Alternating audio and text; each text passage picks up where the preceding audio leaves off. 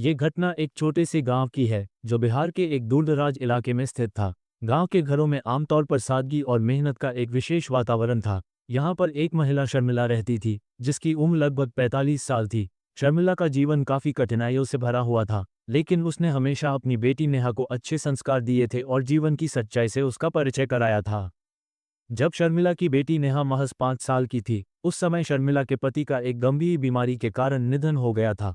शर्मिला अपने पति की मृत्यु के बाद पूरी तरह टूट चुकी थी, लेकिन उसने अपनी बेटी को संभाला और अकेले ही उसकी परवरिश की। हालांकि एक बात जो शर्मिला को परेशान करती थी, वह ये थी कि उसके पास अब कोई साथी नहीं था। वह अक्सर अकेलापन महसूस करती, लेकिन उसे ये भी एहसास था कि अब वह एक माँ है और उसे अपनी बेटी के भविष्य के लिए जीना है।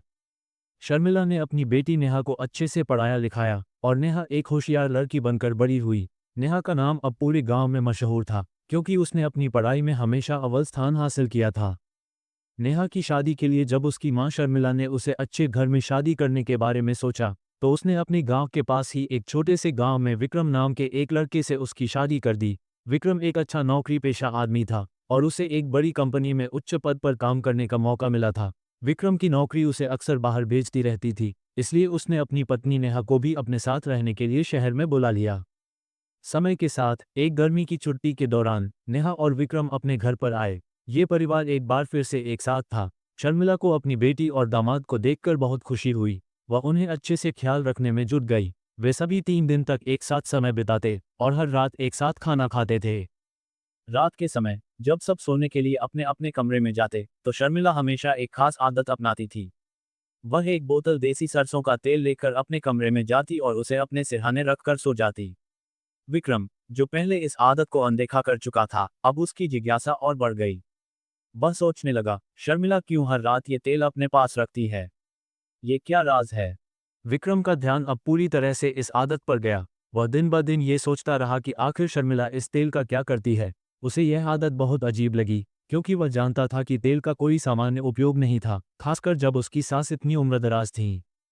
एक दिन विक्रम ने ठान लिया कि वह इस रहस्य का पर्दाफाश करेगा। वह अपनी सास के हर कदम पर नजर रखने लगा। वह हर रात ये देखता था कि शर्मिला वह तेल लेकर कहाँ जाती है। एक रात जब विक्रम पूरी तरह से जाग रहा था, तो उसने देखा कि शर्मिला उस बोतल के साथ बाहर जा रही थी। विक्रम चुपके से उसके पीछे चल पड़ा। विक्रम शर्मिला का पीछा करते हुए एक सुनसान जगह पर पहुंचा, जहां उसने देखा कि शर्मिला का मिलन एक व्यक्ति से हो रहा था। विक्रम ने देखा कि वह व्यक्ति और शर्मिला आपस में गहरी बातचीत करते हुए मिल रहे थे। विक्रम का दिल टूट चुका था। उसे ये समझ में आ गया कि उसकी सास का एक गुप्त संबंध था।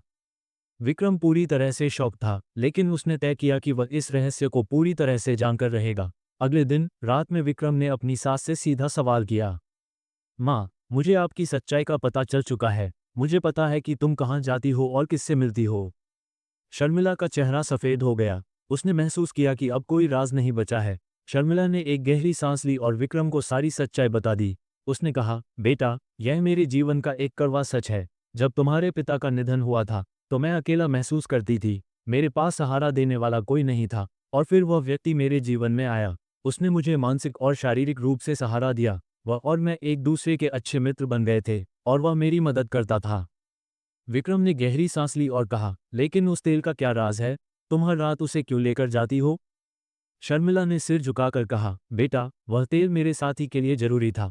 वह इसे अपने शरीर पर लगाता है ताकि हमारे रिश्ते में गर्मजोशी बनी रहे और हमारे बीच की दूरी कम हो सके। वह इसे अपनी उत्तेजना को बढ़ाने के लिए इस्तेमाल करता है ताकि हमारे बीच का जुड़ाव मजबूत हो। विक्रम पूरी तरह से चुप हो गया। वह सोचने लगा कि अब वह क्या करेगा। उसने अपने मन में ये ठान लिया कि वह इस राज को किसी के सामने नहीं लाएगा। उसने अपनी सास से वादा किया कि वह इस राज को नेहा से कभी नहीं बताएगा।